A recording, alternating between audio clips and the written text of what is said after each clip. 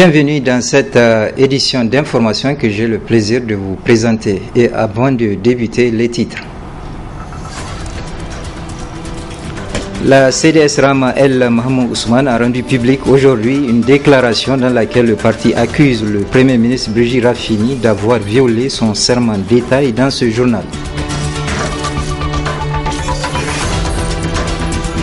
Ensuite, dans cette édition, vous entendrez Hama Amadou qui avait intervenu sur la chaîne Golf TV relativement à la situation sociopolitique de notre pays.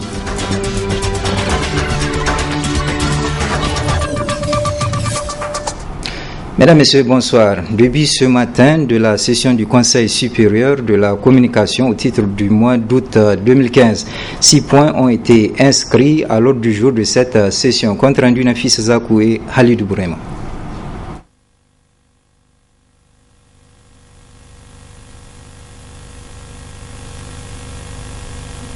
Du Conseil supérieur de la communication dans le cadre des futures élections. Le CSC entend ainsi contribuer de manière claire à l'organisation des élections libres, honnêtes et transparentes à travers une régulation équitable et indépendante des médias. Elle entend garantir l'accès équitable des partis politiques et des candidats aux médias publics et privés au cours des différents scrutins. Assurer un monitoring efficace de la couverture par les médias des activités des partis politiques et des candidats. Garantir les droits des citoyens à l'information sur les programmes des partis politiques et des candidats. Renforcer les capacités des journalistes sur le traitement de l'information en période électorale. Renforcer les capacités techniques du CSC en matière de production et de diffusion des messages des partis politiques et des candidats au cours des campagnes électorales. Mettre en place un mécanisme dynamique et transparent de collecte, de traitement et de diffusion de l'information électorale. Mettre en place un dispositif opérationnel efficace de monitoring des médias hors et pendant la période électorale. Éditer, publier et diffuser un rapport général de monitoring sur l'accès des partis politiques et des candidats aux médias publics en période électorale. 5 stratégies ont été envisagées pour atteindre ces objectifs. Il est envisagé 5 axes stratégiques majeurs. Il s'agit notamment de l'axe 1, adoption du cadre législatif, réglementaire et normatif. Axe numéro 2, renforcement des capacités des membres du CSC, du personnel du CSC et des journalistes. Axe numéro 3, programmation, production et diffusion des messages des partis politiques et des candidats à travers, lors de passage des partis politiques et des candidats, l'enregistrement et la diffusion des messages des partis politiques et des candidats. Axe numéro 4, du monitoring des médias en période électorale. Axe numéro 5, la publication, l'information et la sensibilisation. Dans le cadre de la mise en œuvre de ces axes stratégiques, tout à l'heure déclinés, le CSC a instruit ses services compétents pour lui proposer des activités pertinentes de régulation en période électorale. Dans le document ainsi proposé, qui est d'ailleurs soumis à votre appréciation au cours de la présente session, il est défini des activités, des périodes indicatives d'exécution, une durée de mise en œuvre et des indicateurs de résultats. Il est aussi identifié les acteurs cibles et des ressources nécessaires ainsi que la stratégie de mobilisation de ces ressources. Les autres points inscrits à l'ordre du jour de cette session sont entre autres examen et adoption du procès verbal de la session ordinaire du mois de juillet 2015, examen du rapport de synthèse des activités des directions centrales du CSC pour le deuxième trimestre 2015 et examen et adoption des rapports du Conseil de presse.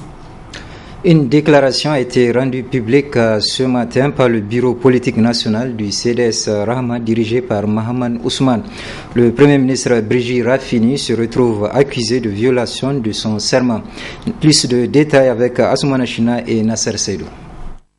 Cette sortie médiatique vient en réaction à une lettre adressée à Mahamoud Ousmane par le Premier ministre, lui notifiant que seuls les représentants désignés par l'aile Abdoulabo peuvent siéger au sein de la CENI, du CNF et du CNDP au nom du CDS Rahma. 2 raisons sont avancées par le chef du gouvernement. La reconnaissance par le ministre en charge de l'Intérieur des conclusions des dites assises et la confirmation des décisions issues de ces instances par le tribunal de grande instance hors classe de Niamey à travers le jugement numéro 299 rendu le 29 avril 2015. Cette décision politique du Premier ministre est purement et simplement une violation de l'avis numéro 17 du 15 mai 2013 de la Cour constitutionnelle qui stipule qu'une décision est revêtue de la force des choses jugées lorsque les délais des voies de recours suspensifs d'exécution sont expirés ou que les voies de recours ont été épuisées. Pour les auteurs de la déclaration, cet avis de la Cour constitutionnelle veut simplement dire que Mahaman Ousmane reste président du CDS et qu'il peut agir en cette qualité. En agissant comme l'a fait, le Premier ministre n'a pas respecté son serment. En prenant la grave décision de se substituer à la justice, le Premier ministre viole son serment coranique en ne respectant pas la séparation de pouvoir. Il viole par ailleurs les décisions consensuelles du CNDP du 18 mars 2015. Le bureau politique national du CDS Rahma déplore ce comportement partisan du Premier ministre, chef du gouvernement et président du Conseil national de dialogue politique. Le bureau politique du CDS Rahma El Mahaman Ousmane demande à tous ses militants et toutes ses militantes de rester confiants et de se tenir prêts à suivre les mots d'ordre du parti. Hama Amadou avait intervenu hier sur la chaîne de télévision Golf TV où il a répondu aux questions relatives à la vie socio-politique de notre pays. Je vous propose de suivre dans ce premier extrait Hama Amadou parlant de la force des partis de l'opposition face au président Issoufou Mahamadou dans la perspective des futures élections. Le rapport de force, d'abord, il est en faveur de l'opposition.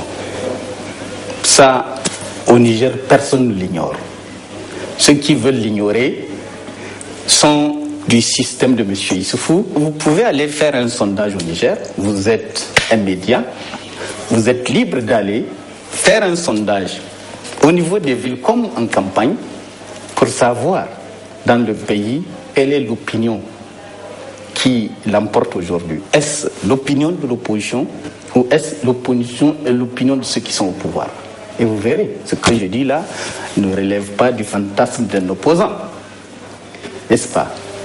Donc si cela est la vérité, je ne vois pas comment M. Issouf peut prétendre gagner quoi que ce soit. Il ne gagnera pas. Et vous allez gagner? Je ne dirais pas que je vais gagner, mais je dirais simplement que je suis candidat. Mon parti se bat âprement pour que cette candidature puisse se concrétiser.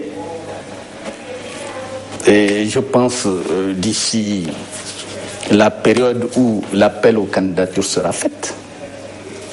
Et je suis convaincu que mon parti veillera à ce que ma candidature soit validée.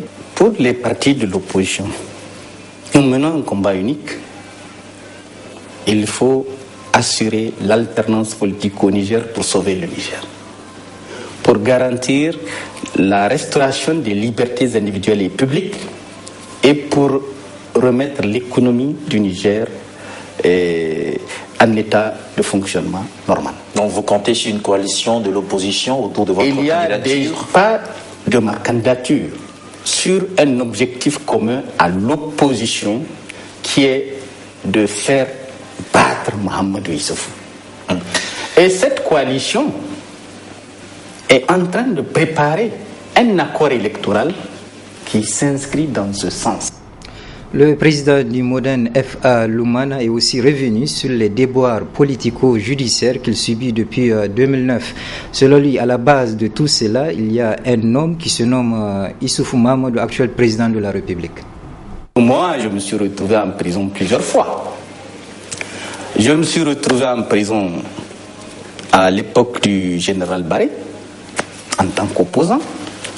Je me suis retrouvé en prison à l'époque du président Tanja. Je me suis retrouvé dans un dossier d'accusation visant à m'éliminer. Mais que ce soit la période de Tanja ou que ce soit la période actuelle, ceux qui sont à la base de tout cet acharnement contre ma personne reste M. Issoufou Mahamadou. C'est M. Issoufou Mahamadou qui a convaincu à l'époque le président Tanja de se débarrasser de moi et de me jeter en prison pour qu'il puisse, lui, Issoufou Mahamadou, se présenter aux élections de 2009 sans M. Mahamadou. Malheureusement, vous avez vos plans. Dieu a les siens qui l'emportent toujours. Et ni lui, ni moi n'avons pu nous présenter aux élections de 2009. En 2011, c'est toujours le même Issoufou Mahamadou qui, dans sa logique d'éviter de m'affronter dans des conditions normales, a monté ce dossier pour tenter, encore une fois, de ne pas se confronter à moi.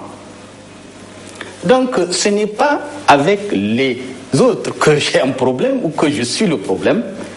Le problème, c'est M. Issoufou Mahamadou qui, dans son acharnement à se débarrasser de moi, ne recule devant aucun moyen, fût-ce le moyen le plus amoral qui soit. Une candidature indépendante à la prochaine élection présidentielle de notre pays, ce sera peut-être celle de Aboubakar Moukela dit en Dubaï. Des jeunes de Zander lui ont demandé de se présenter comme alternative. Et c'est dans une déclaration dont je vous propose un extrait.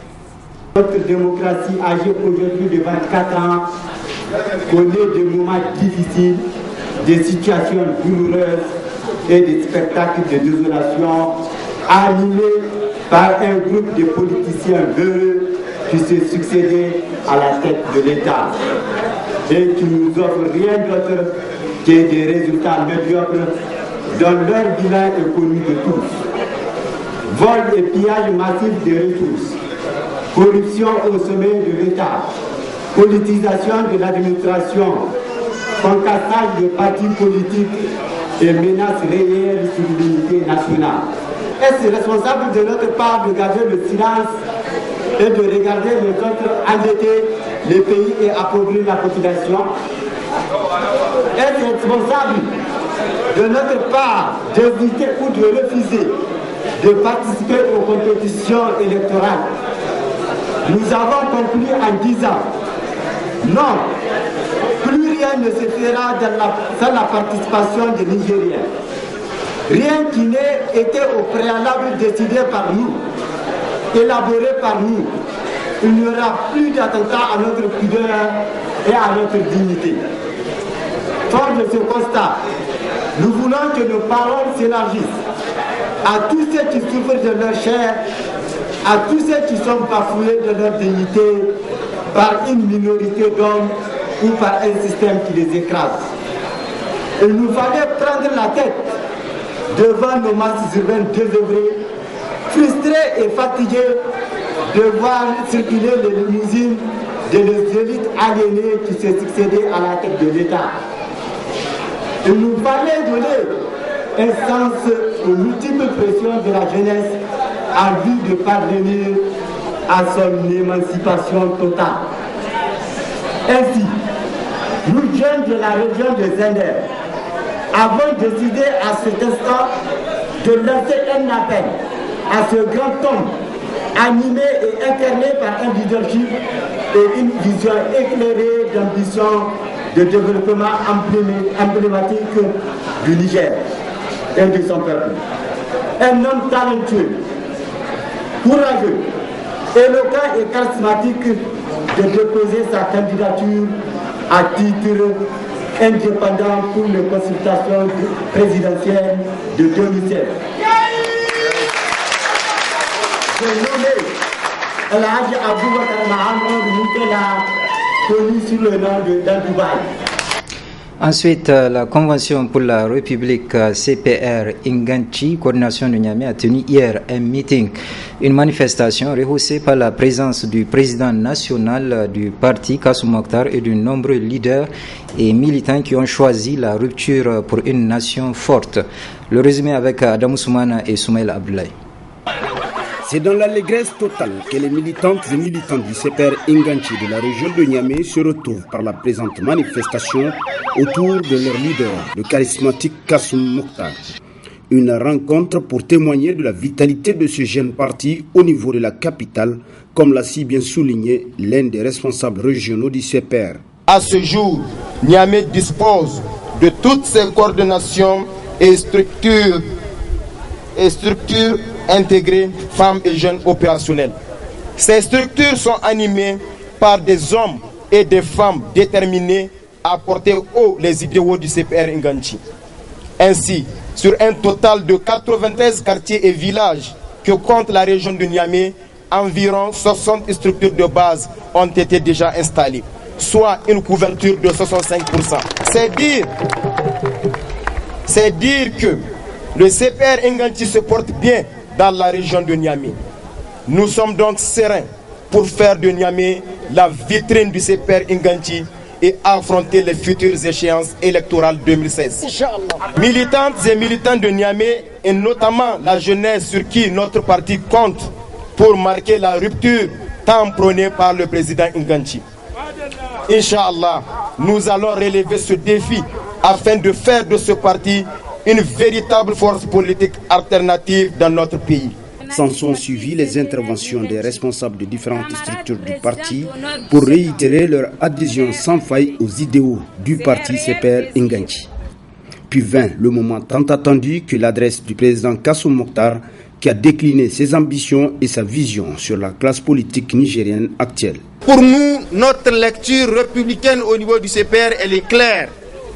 Nous ne faisons pas d'amalgame, nous n'avons pas d'adversaires, nous n'avons pas d'ennemis. Nous sommes tous des citoyens nigériens. Nous appartenons à une même nation nigérienne dont nous avons tous le devoir et l'obligation de construire ensemble.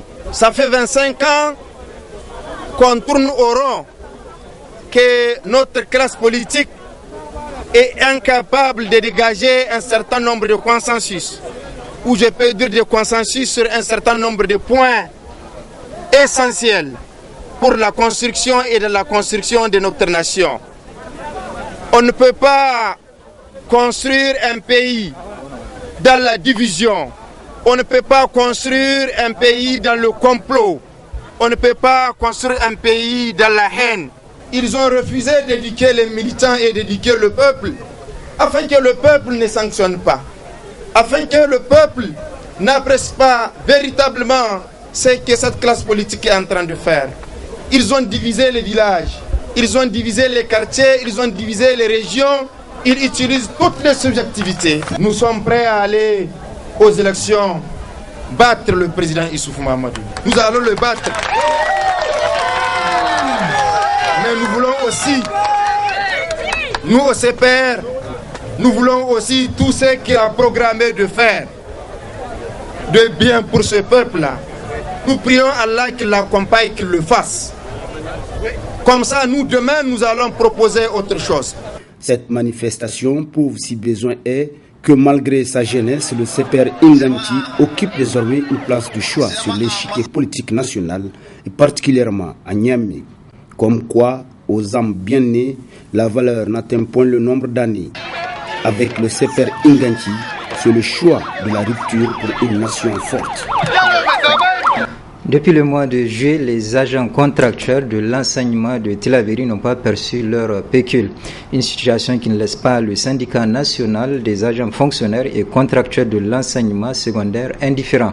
Compte rendu Nafisa Adamou et Aboubakar Souley. La situation salariale des agents contractuels continue de défrayer la chronique. En effet, un retard est observé dans l'opération de paiement des agents contractuels de la région de Tillabéri depuis le mois de juillet. Une situation que dénonce le syndicat national des agents fonctionnaires et contractuels de l'enseignement secondaire SINAFSES Tillabéri. Actuellement, on est le 24 du mois. Jusqu'à présent, les enseignants contractuels n'ont pas reçu la pécule du mois de juillet. Et c'est ce que nous dénonçons. Même le mois passé, les enseignants contractuels ont passé tout le mois de Ramadan sans un sou. L'État a pris des engagements à travers CEPRAS dont nous affilions, le 13 mai, le gouvernement a signé un engagement qu'à partir de la fin du mois, les enseignants contractuels seront payés au même titre que les enseignants titulaires. Certains départements de la région de Tawa, dont Chinta, jusqu'à présent, nos camarades ne sont pas mis dans leurs droits. Le SYNAPSES Tillabéri entend boycotter la rentrée académique 2015-2016 si toutefois le gouvernement ne respecte pas ses engagements. Bientôt c'est la rentrée, nous allons bloquer la rentrée. Tant que les engagements pris à travers le protocole d'accord du CEPRAS ne sont pas respectés, nous allons bloquer la rentrée. Donc le 15 septembre, il y aura la rentrée au niveau du secondaire, au niveau des lycées. Tant que ces retards persistent, nous pensons qu'il n'y aura pas de rentrée. Le paiement du salaire est la contrepartie du travail fourni par le salarié. Il est donc important qu'il soit réglé régulièrement afin de permettre à ces agents de travailler dans des conditions meilleures.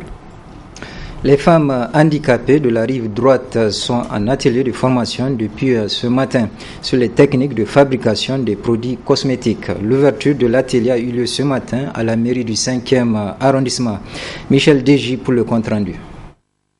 C'est une initiative de handicap international qui a toujours été soutenue par les autorités municipales du 5e arrondissement communal de la ville de Niamey.